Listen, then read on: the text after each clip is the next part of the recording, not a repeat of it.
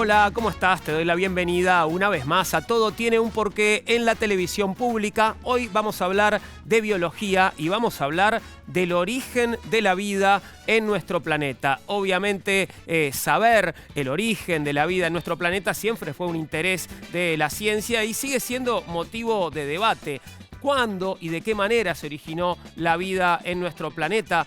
¿Pudo haber llegado la vida al planeta Tierra desde el espacio exterior? ¿Cuáles son las teorías más aceptadas sobre el origen de la vida en nuestro planeta? ¿Cómo fue el primer ser vivo? ¿Qué características tenía? ¿En qué entorno vivía? ¿Cuáles son las evidencias fósiles más antiguas que hay de vida en nuestro planeta y qué conclusiones podemos sacar a partir de ellas? Algunas de las preguntas que vamos a hacernos e intentaremos responder hoy. Por supuesto, lo harán los especialistas que nos visitan y con los que estaremos también en contacto remoto. Vamos a recibir a nuestro primer invitado, Ignacio María Soto. Ignacio es doctor en Ciencias Biológicas. Se desempeña como investigador independiente del CONICET.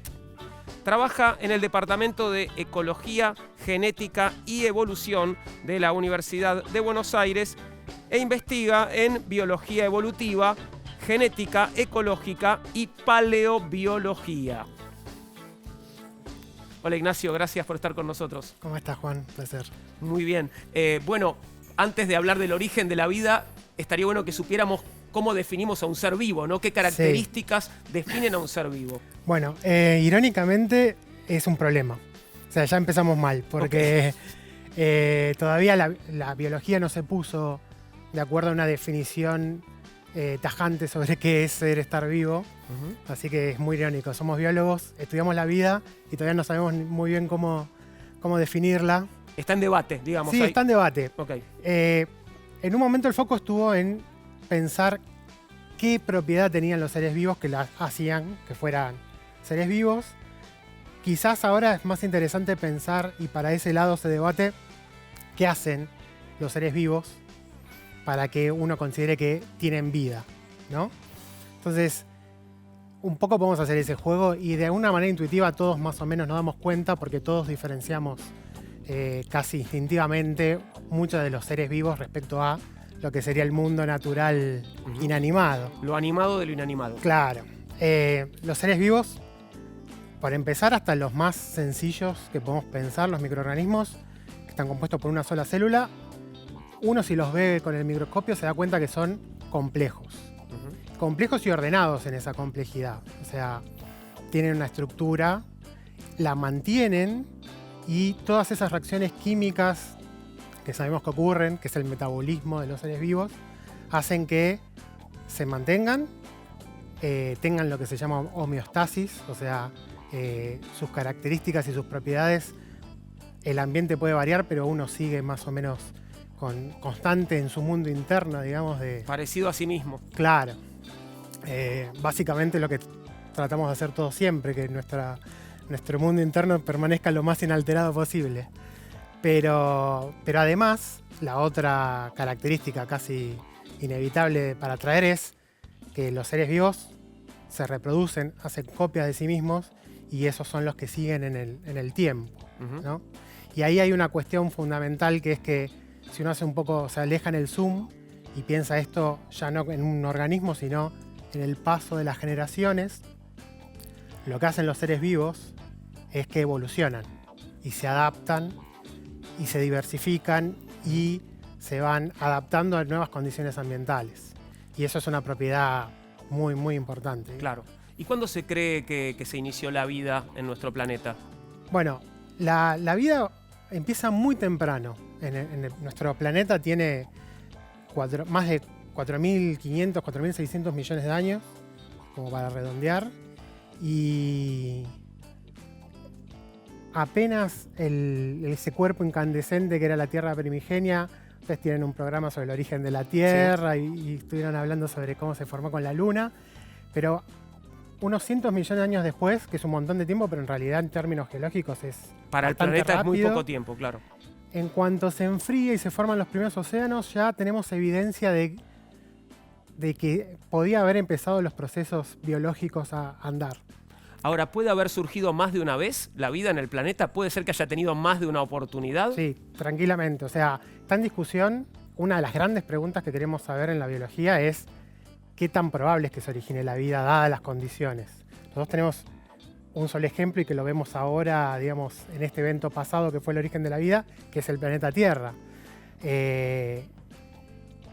La sospecha está en que es un proceso que dadas las condiciones se da. Entonces, incluso en el planeta Tierra, en esa Tierra primigenia, tranquilamente se pudo haber dado en varias oportunidades en distintas regiones del planeta por periodos muy prolongados de tiempo, y tranquilamente somos el último caso exitoso de un montón de intentos de que prenda, digamos, la vida en la Tierra. Tenemos un informe sobre algo que seguramente conoces, que es el bombardeo intenso tardío, y que viene a contarnos, ¿no?, sobre esto de, bueno, tal vez más de una oportunidad para la vida en este planeta. Te lo presentamos, el bombardeo intenso tardío.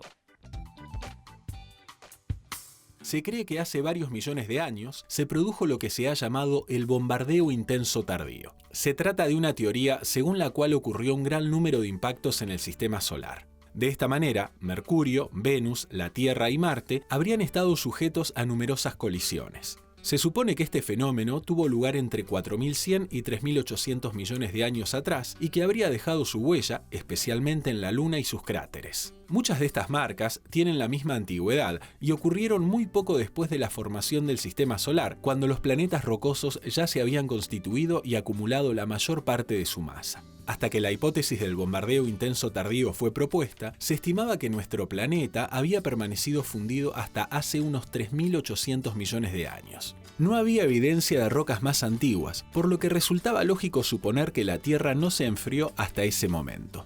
Pero en 1999, cuando se halló una roca de 4.000 años de antigüedad, esa idea empezó a ser rebatida.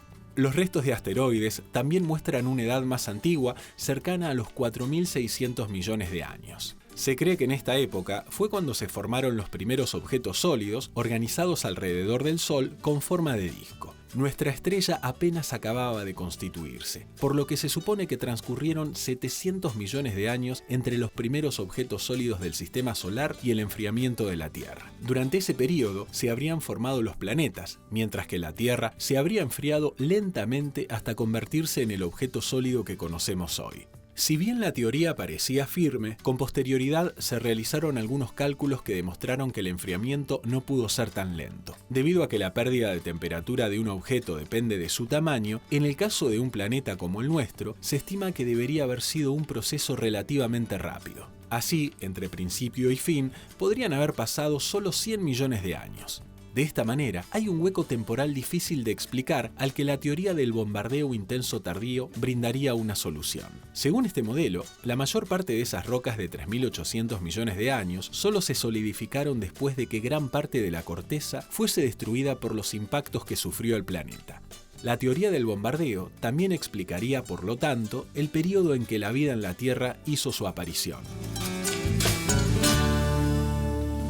¿Y cuáles son, Ignacio, las teorías actuales sobre el origen de la vida en nuestro planeta? Bueno, hay bastantes teorías que se disputan ahí la explicación final, pero las podemos pensar en dos grandes fuentes del origen de la vida. Una sería que la vida se origina en el planeta. Entonces la discusión está entre los modelos en qué parte particular de esta Tierra primigenia estaban las condiciones dadas como para que surgiera. Básicamente lo que se va a estar rastreando es fuentes de energía que dieran el puntapié inicial para las reacciones químicas que terminan en la vida. Eso sería toda una serie de teorías. La otra fuente de vida posible para explicar el origen de la vida en la Tierra sería que no se haya originado en la Tierra, sino que viniera de algún cuerpo extraterrestre, digamos. Eso es lo que se conoce como las teorías de panspermia. Panspermia, me dijiste. ¿Me esperás, Ignacio? Porque tengo una comunicación que tiene que ver justamente con este tema. Vamos a hablar sobre la panspermia con Ximena Abrevaya. Ximena es doctora en Ciencias Biológicas de la UBA, especializada en astrobiología, y de esto va a hablarnos de la panspermia. Hola, Ximena, ¿cómo estás? ¿Todo bien? Hola, ¿qué tal, Juan? ¿Todo bien? Bueno, ¿quién planteó por primera vez esta teoría de la panspermia? Bueno, la teoría de la panspermia, así formalmente como la conocemos hoy en día, la planteó Svante Arrhenius, que fue un químico y físico sueco. Y bueno, eso él lo planteó en 1908. Sin embargo, como muchas cuestiones en la ciencia, muchas hipótesis y teorías que surgen, no surgen de un día para el otro, sino que se basan muchas veces en ideas previas. Y bueno, la palabra panspermia en sí misma surge un tiempo atrás, más o menos en el siglo XVII, a partir de descubrimientos que hicieron los científicos, en donde vieron que podían existir microorganismos, como por ejemplo bacterias, en la atmósfera terrestre. Y por otro lado también científicos, digamos anteriormente a Arrhenius, también habían postulado esta posibilidad de que la vida podría ser sembrada, digamos, entre sistemas planetarios en el cosmos. Y bueno, uno fue Helmholtz, un científico alemán. Y yendo un poco más atrás en el tiempo, Anaxágoras en la antigua Grecia también había planteado, digamos, alguna posibilidad relacionada a esto que hoy en día conocemos como panspermia. Tengo preguntas sobre distintos tipos, parece, de panspermia, ¿no? ¿Qué es la litopanspermia? La litopanspermia alude a esa transferencia interplanetaria de microorganismos, o sea, de formas de vida microscópicas, en lo que son meteoritos o cometas. Digamos, el cuerpo que estaría transportando esas formas de vida sería una roca, es decir, un meteorito o un cometa. Eso es particularmente la litopanspermia. ¿Y qué implicaría una panspermia molecular? La panspermia molecular es el mismo proceso, pero en vez de estar considerando microorganismos o formas de vida microscópicas, estaríamos considerando moléculas orgánicas y en este caso en particular moléculas orgánicas que son relevantes para el origen de la vida. Porque bueno, una de las teorías del origen de la vida postula que la vida, o sea, las primeras células surgen a partir de ciertas moléculas orgánicas que llamamos moléculas orgánicas prebióticas, es decir, previas a la vida. Y estas moléculas orgánicas habrían dado lugar a través de procesos de polimerización a las primeras células. Entonces lo que implicaría la panspermia molecular es que esas moléculas orgánicas que fueron relevantes para que la vida comenzara en la Tierra podrían haber venido desde el espacio. ¿Y a qué se conoce como panspermia dirigida, Ximena? Bueno, la panspermia dirigida es una versión quizás un poco más especulativa de la panspermia, porque propone que esas formas de vida que son sembradas entre planetas o sistemas planetarios no son producto del azar, sino que son producto de un acto intencional. Y lo que se postula en este caso es que ese acto intencional podría haber sido llevado a cabo por otras civilizaciones que podrían existir en el universo. Pero bueno, esto ya es un nivel de especulación mayor porque no tenemos ninguna evidencia de estas civilizaciones, ¿no? Bastante alto, ¿no? Un nivel de especulación elevado, diría. Sí. ¿Y qué evidencias hay a favor de la teoría de la panspermia? No ya la dirigida, ¿no? Sino la panspermia, digamos. Sí. Bueno, en realidad para pensar en cosas que puedan ser a favor o en contra de esta hipótesis, tenemos que pensar en el proceso en sí mismo de la panspermia, cómo es que este proceso se da. Por ejemplo, en el caso de la litopanspermia podemos dividir el proceso en 3 pasos principales, o sea, una parte en donde ese meteorito es eyectado del planeta, luego viaja en el medio interplanetario y después desciende en el planeta que recibe ese meteorito, en donde la vida bajo condiciones adecuadas podría prosperar. Cada uno de esos procesos implica condiciones muy extremas en donde esos microorganismos tendrían que ser capaces de sobrevivir. Y bueno, también podemos pensarlo en función de moléculas, ¿no? O sea, de la misma manera esas moléculas tendrían que ser capaces de subsistir y de no destruirse. Y bueno, entonces se hacen experimentos actualmente, y ya más o menos desde la década del 70 se vienen haciendo muchos experimentos en donde se testean estos distintos pasos y se ve las probabilidades de que tanto microorganismos como moléculas puedan sobrevivir a estos procesos. Algunos experimentos dan evidencias de que, bueno, que habría algunas chances, otros no. Pero bueno, quizás tal vez el paso más crítico es el del viaje interplanetario, primero porque es el más difícil de simular, porque implica viajes que son de millones de años, entonces es muy difícil simular eso en un experimento. Y después, por otro lado, también el tema de que, digamos, esos procesos son, digamos, procesos en los cuales los microorganismos o las moléculas están expuestos a condiciones muy extremas. Entonces, bueno, la verdad es que es algo que sigue en permanente evaluación. Uh-huh. Y después, por otro lado, algo que nos podría hacer pensar a favor de la panspermia es el hecho de que la vida surge en la Tierra tan tempranamente, ¿no? Claro. Entonces eso nos podría dar idea de que la vida quizás surgió en otro lugar y vino, digamos, a la Tierra. Ximena, muchas gracias por estos minutos. Volveremos a contactarte. No, por nada. Hasta luego. Gracias, hasta luego. Vuelvo con Ignacio y bueno, esto es una idea, ¿no? Una idea posible sobre el origen de la vida, pero ¿cuáles fueron las primeras ideas que hubo sobre cómo se originó la vida en nuestro planeta? Bueno, ¿te imaginás que hipótesis o historias sobre cómo se originó la vida? Básicamente con cualquier civilización hay una historia de creación. Y muy tempranamente esto. Sí, o sea que rastrearlo, claro, es una de las inquietudes, digamos, que tenemos como humanidad.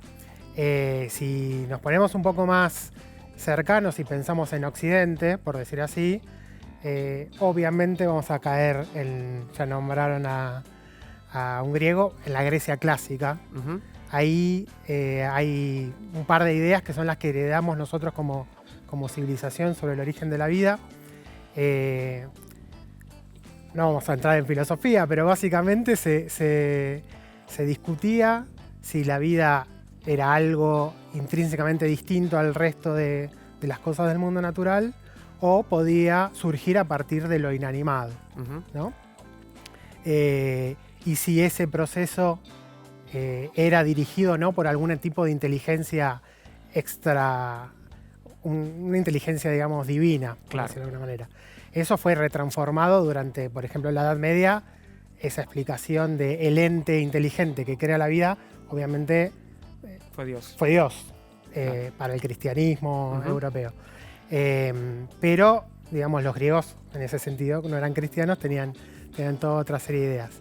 Así es como, por ejemplo, nos llega a la Edad Media con estas ideas de la creación divina, tal cual era la interpretación literal del Génesis, de la Biblia, y se entendía eso como una de las explicaciones del origen de la vida, y no había mucho más que explicar, estaba resuelta, no era un problema. Está escrito. ¿Y qué fue la teoría de la generación espontánea? Bueno, ese era otro tipo de ideas que se manifestaban, sobre todo para lo que se consideraban, uno dice mal, a veces a las apuradas, organismos inferiores, ¿no?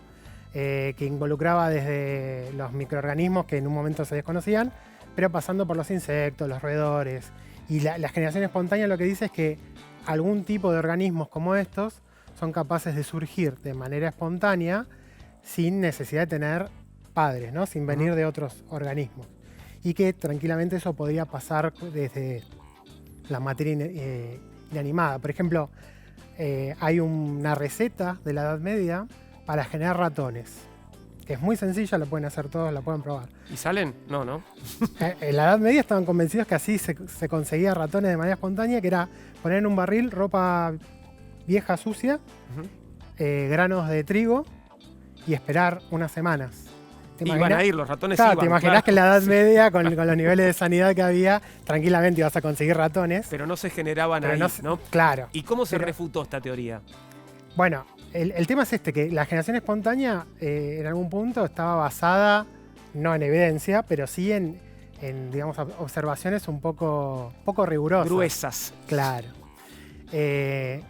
Durante el siglo XVII y XIX, sobre todo, hubo una serie de filósofos naturales, de biólogos, que estuvieron haciendo una serie de experimentos para demostrar que realmente todos los seres vivos que estaban en la Tierra siempre provenían de alguno anterior.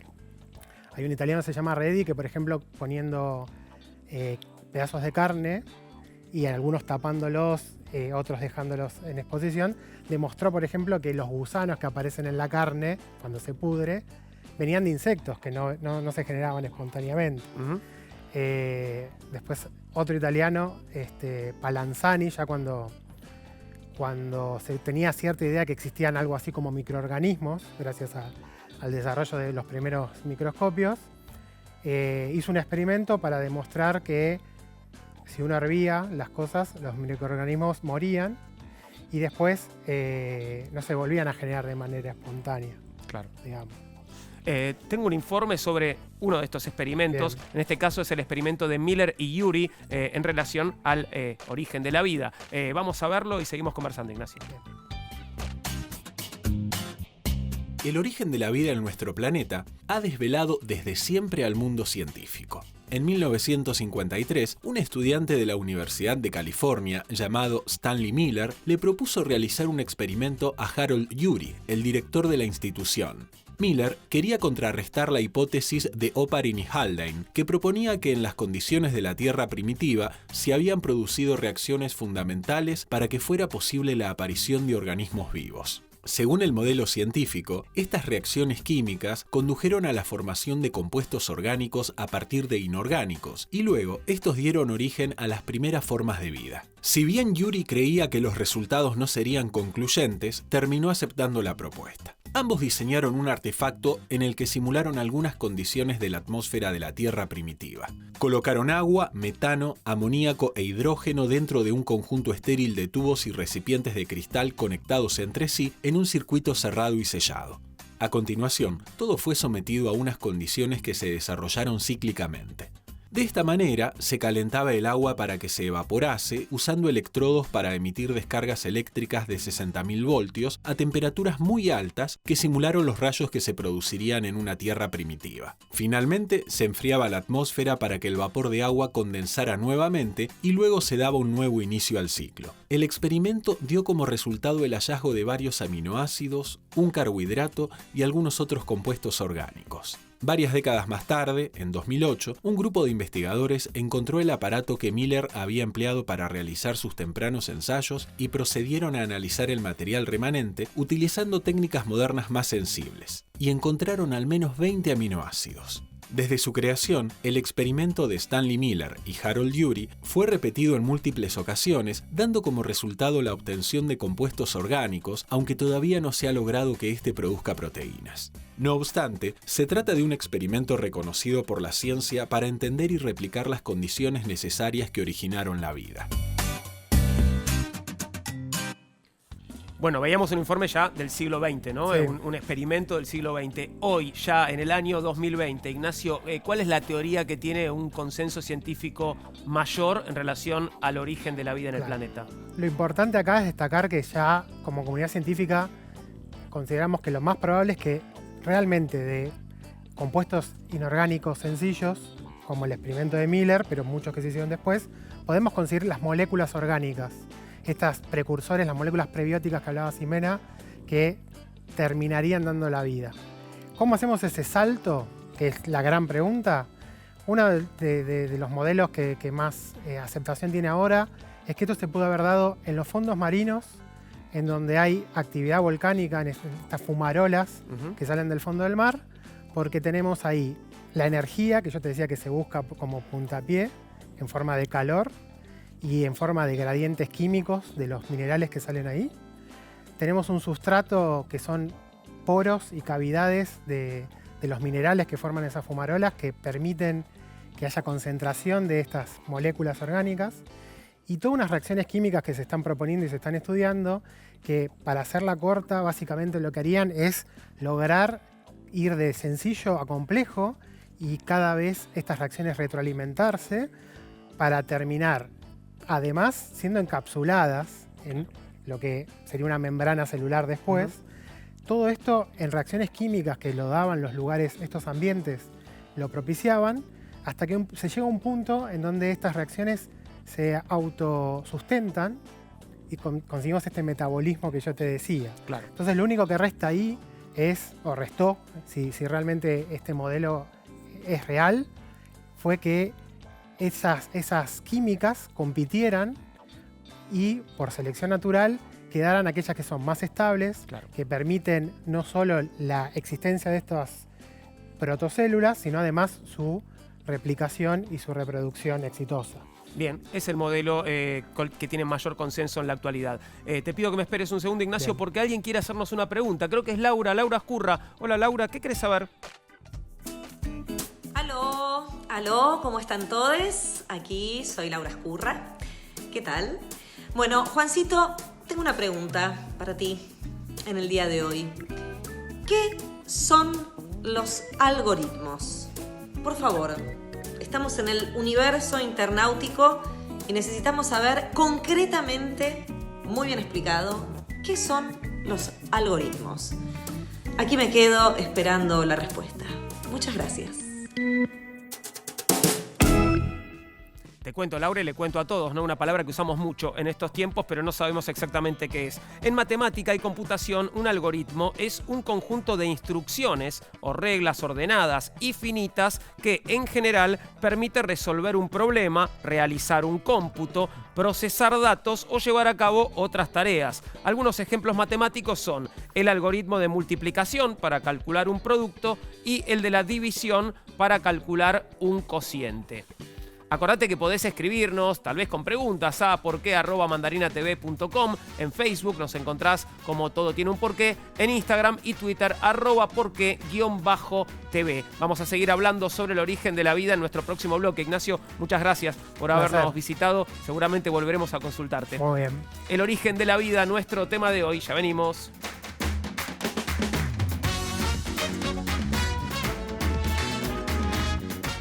Continuamos con Todo Tiene un Porqué. Hoy estamos ocupándonos de biología, un tema apasionante, el origen de la vida en nuestro planeta, y vamos a hablar ahora de las primeras evidencias fósiles de vida en la Tierra. Vamos a saber quién era Luca, o quién puede haber sido Luca, y de la teoría endosimbiótica. De todo eso viene a hablarnos Claudia Marsicano.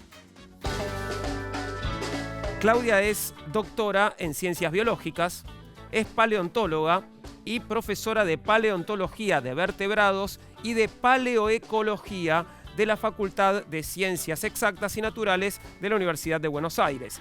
Se desempeña como investigadora principal del CONICET y es miembro del Comité Científico del Programa Internacional de las Ciencias de la Tierra de la UNESCO y la Unión Internacional de Ciencias de la Tierra. Gracias, Claudia, por estar con nosotros. ¿Cómo estás? Por favor, Juan, ¿qué tal? ¿Cómo estás? Muy bien, gracias. Bueno, la primera pregunta es ¿cuáles son esas evidencias o primeras evidencias de vida en la Tierra a partir de los fósiles, ¿no? Mira, en realidad se dividen en dos grupos las evidencias, lo que se llaman evidencias indirectas e evidencias directas. Uh-huh. ¿Sí?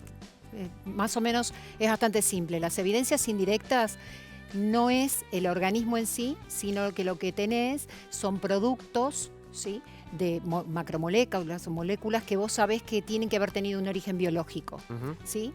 Es decir, son producto de la degradación en realidad de organismos o a través de su metabolismo. Uh-huh. ¿Sí? Esas evidencias indirectas en realidad son una evidencia química. Okay. ¿Ok?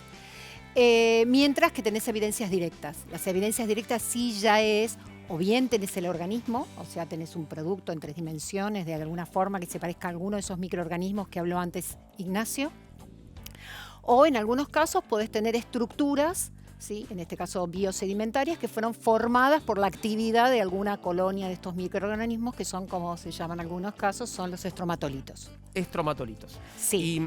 ¿Y qué antigüedad tienen más o menos estas evidencias de las que nos hablas?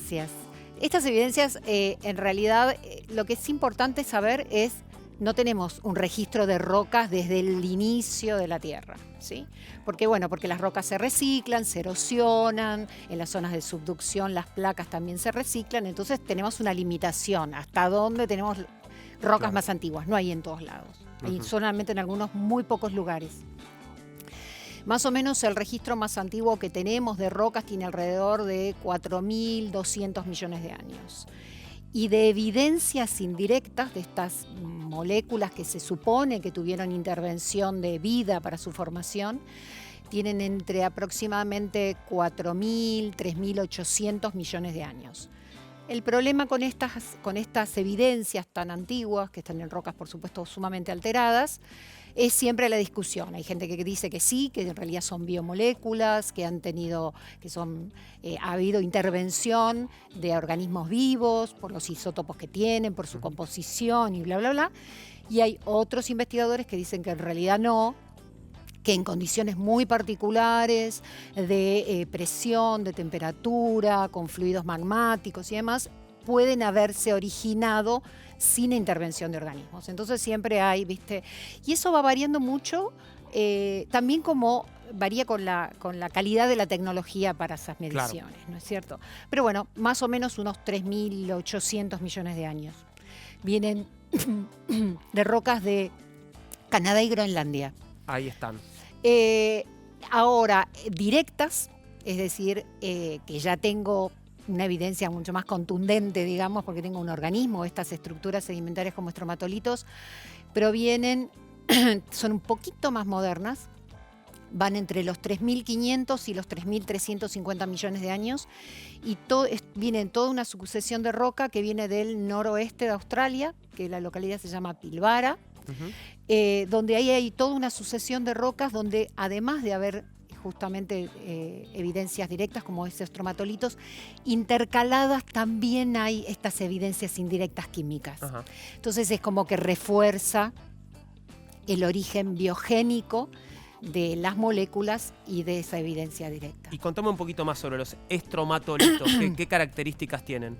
En realidad los estromatolitos se forman, hay actualmente estromatolitos, ¿sí? Muchos menos, pero hay en algunos ambientes marinos y ambientes continentales. En realidad... Perdón, ¿vivos? Sí, okay. Vivos. En realidad es una mata microbiana de protozoos, de procariotas. Esa mata microbiana lo que hace es forma una capa y a medida que crece, ¿sí? Por cuestiones de su metabolismo, viven en el ambiente marino o en ambientes hipersalinos. Ese metabolismo lo que hace es producir la depositación en general de carbonato de calcio. Entonces forman unas estructuras sedimentarias microlaminares que a veces son endomos o ramificadas, o sea, tienen estructuras en 3 dimensiones muy particulares. Ajá. Y son cianobacterias. Cianobacterias. Exacto, en general son cianobacterias las que las forman. ¿Qué quiere decir que son cianobacterias? Son un grupo de bacterias que son procariotas, que hay en muchísimos ambientes, y lo que hacen son fotosintéticas, es decir, que toman energía de la luz y en ese proceso de obtención de energía liberan oxígeno. Esa es la relación que tienen con el oxígeno en la atmósfera, digamos, proveen de oxígeno a la atmósfera. Liberan oxígeno en su proceso metabólico. Exactamente. Se supone que los estromatolitos, como acabo de decirte, los más antiguos tienen prácticamente 3.500 millones de años. Estuvieron durante millones de años, durante miles de millones de años, ¿sí? Pensá que actualmente, pero mucho más reducidos, pero fueron los grandes ocupantes de los ambientes marinos, ¿sí? Y a lo largo de esos millones de años, en realidad comenzaron a liberar oxígeno a la atmósfera. Ajá.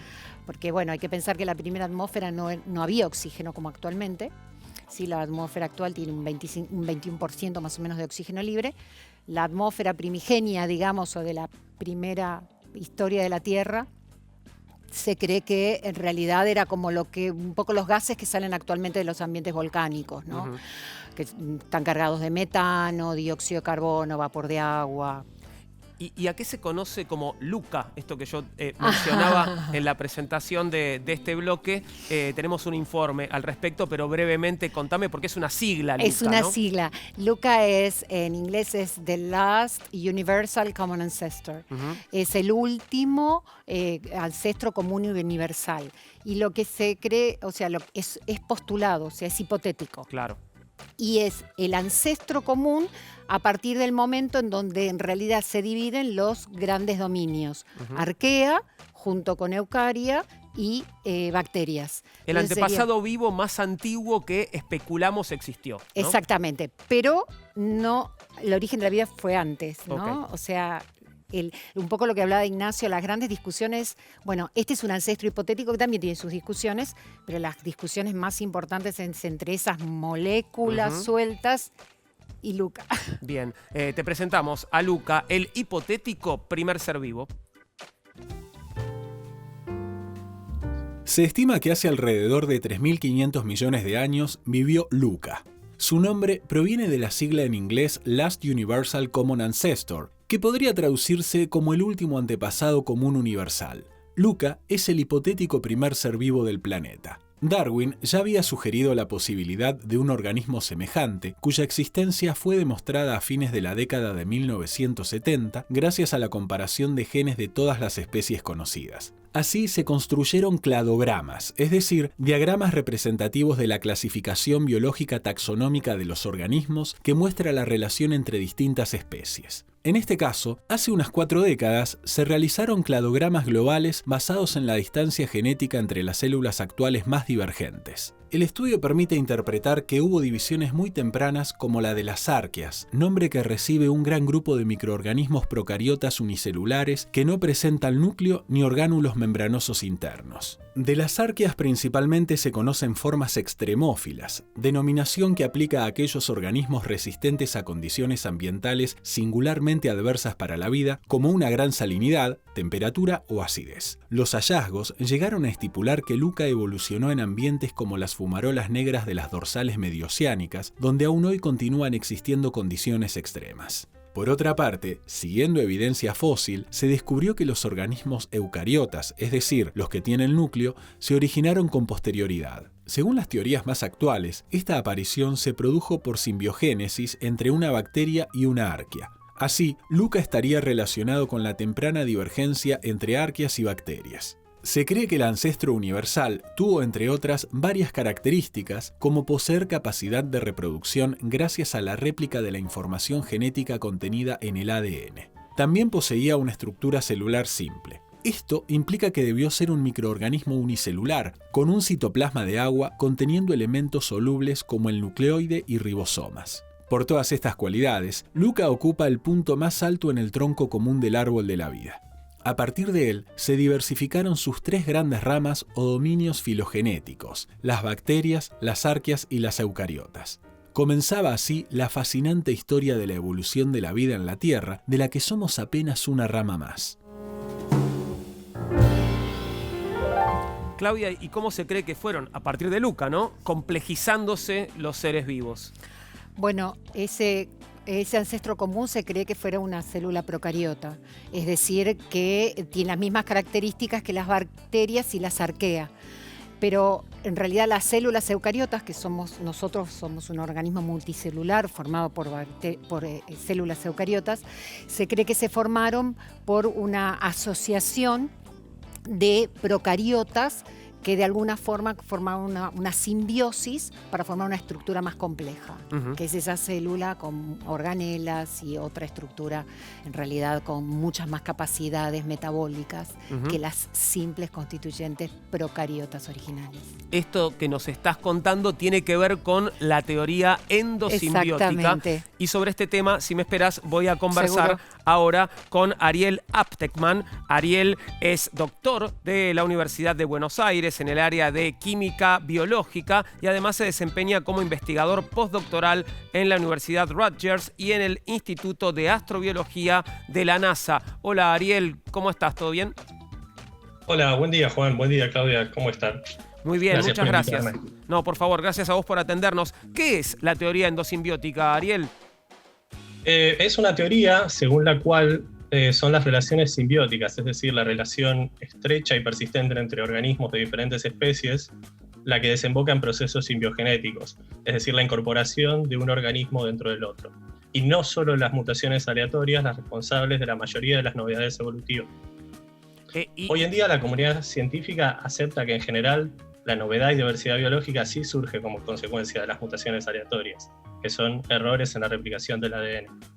Esto viene de acuerdo a la teoría sintética de la evolución, pero en general no se considera la simbiogénesis salvo en el caso concreto del paso de procariotas a eucariotas. ¿Y quién propuso esta teoría, Ariel? Esta teoría, el término simbiogénesis al menos fue acuñado originalmente por un científico que se llama Merezovsky en 1909, que propuso que el origen de la célula eucariota se daba en un paso simbiótico a partir de procariotas. En relación a este paso, el caso de simbiogénesis más conocido y mejor documentado fue descrito por Lynn Margulis en los años 70, donde mediante la incorporación sucesiva de distintos simbiontes procariotas se daba este proceso conocido como endosimbiosis seriada. Bien, esta es la explicación entonces para la aparición de las células eucariotas, y voy siguiendo lo que contás. Claro, al final de los años 60, Margulis estudiaba la estructura de las células. Y las mitocondrias, por ejemplo, que son unos organelas que se ven como unos cuerpos rugosos dentro de la célula y generan la energía necesaria para el metabolismo, para Margulis se parecían mucho a bacterias. Y esta similitud había sido sugerida previamente por científicos desde el descubrimiento de las mitocondrias en 1800. Algunos habían propuesto que las mitocondrias comenzaron como bacterias que vivían en simbiosis permanente dentro de las células de plantas y animales. Hay otros ejemplos de procesos similares. Por ejemplo, las algas y células vegetales tienen otra organela que se usa para hacer fotosíntesis. Nosotros las conocemos como cloroplastos y convierten la energía lumínica en energía química. Por ejemplo, para impulsar la reacción que combina dióxido de carbono y agua y produce materia orgánica.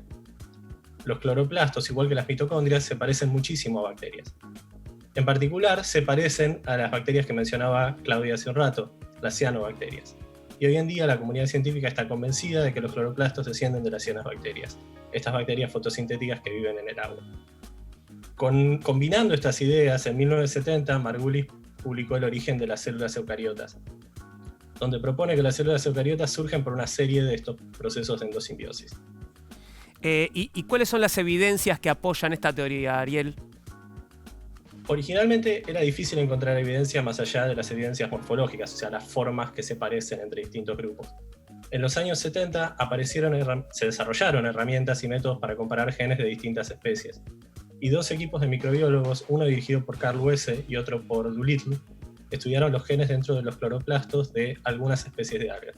Y encontraron algo súper sorprendente. Encontraron que los genes de cloroplastos se parecen más entre sí que lo que se parecen a los genes en el núcleo de estas algas. Resulta que el ADN de los cloroplastos era ADN de cianobacterias. Por otro lado, el DNA de las mitocondrias se parece al de un grupo de pequeñas bacterias que provoca tifus. Margulis propuso que las simbiosis tempranas también ayudaron a formar las células nucleadas. Por ejemplo, las bacterias con unas bacterias con forma de tirabuzón que se llaman espiroquetas se habrían incorporado a todos los organismos que se dividían por mitosis. Y ella proponía que esto explicaba las estructuras en forma de cola que encontramos en las gametas, como por ejemplo los espermatozoides. Gran parte de la comunidad científica todavía está un poco escéptica respecto a esto último. Sin embargo, las ideas de Margulis ayudaron a establecer la idea de que los eventos de simbiosis tienen un impacto profundo en la organización y complejidad de muchas formas de vida. Las algas incorporaron compañeros bacterianos y a su vez esas mismas algas han sido incorporadas mediante procesos de endosimbiosis en otras células. Estas células nucleadas se pueden ver entonces como pequeñas comunidades que están vinculadas fuertemente en vez de como un solo organismo. Quizás lo más importante de esta idea es que nos permite pensar que la evolución es algo más flexible que lo que alguna vez se creyó, que no solo depende de las mutaciones al azar, sino que puede tener también la incorporación de desarrollos que ocurrieron en otras especies a través de procesos de simbiosis. Ariel, muchas gracias por estos minutos, fue muy interesante escucharte. Gracias a vos, Juan. Hasta luego. Hasta luego. Vuelvo con vos, Claudia, para preguntarte, bueno, en la práctica, no sé si la expresión es la correcta, ¿no? Pero en la práctica, ¿cómo se estudia, cómo se investiga el origen de la vida? En realidad es un poco lo que yo te decía antes. Primero tenés que buscar rocas, o sea, desde el punto de vista fósil, que es lo que yo manejo, ¿no? Uh-huh. Primero tenés que buscar... Esto se hace en territorio, uno va y busca a territorio. las rocas. Sí. Primero tenés que conseguir rocas de la edad adecuada. Sí. ¿Sí? Como te dije antes, esas rocas muy, muy, muy antiguas, por los movimientos de los continentes y por erosión y demás, se fueron degradando, con lo cual no hay en muchos lugares del planeta. ¿Y cómo medimos la edad de una roca? ¿Cómo sabemos que estas son las más antiguas que hay? Porque en general lo que se hace es se miden con isótopos radioactivos, o sea, se hace un estudio de datación absoluta, que es muy importante, si no, no sabés en realidad. Estuvimos hablando de esto ya en el ciclo esta temporada, exacto. Hablamos del carbono 14, no sé si en este caso es ese. No. Pero bueno, para algunas cosas sirve. Sí, rubidio, estroncio, son otros tipos de elementos lo que se utilizan para esto. Después que representen un ambiente adecuado, o sea, podés tener rocas de 4.000 millones de años, pero son rocas ígneas. Que se formaron en el manto. Y bueno, y seguro que vida no. Claro. Entonces tenés que buscar rocas que se hayan formado, por ejemplo, en algún ambiente marino marginal o que haya tenido agua, una roca sedimentaria.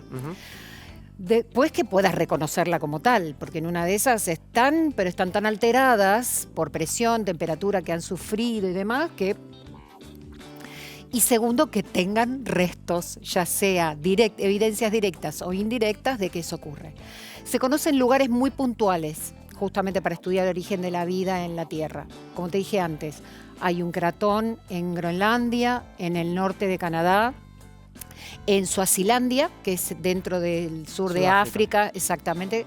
En Suazilandia hay un cratón muy importante y uno de los más conocidos y más estudiados es justamente el cratón de Pilbara, que es un área donde existen rocas inalteradas que van prácticamente de ambientes marino-marginales en muchos casos y de ambientes hidrotermales, representan esos ambientes que van más o menos entre los 3.800 y los 3.300 millones de años, y ahí hay evidencias.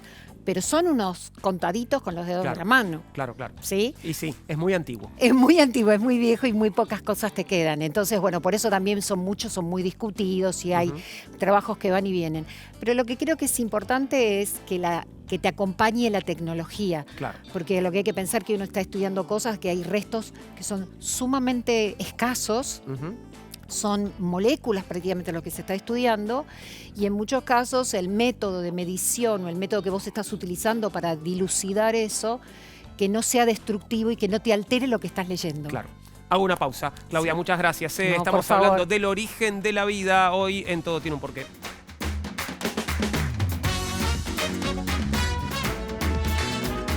¿Te gustó nuestro programa sobre el origen de la vida? Espero que sí. Claudia, muchas gracias por haber venido. Por favor, al y contrario. volveremos a consultarte y con vos volvemos a encontrarnos con más preguntas y más respuestas, pero sobre otros temas, porque todo tiene un porqué. Muchas gracias. Chau. Hasta luego.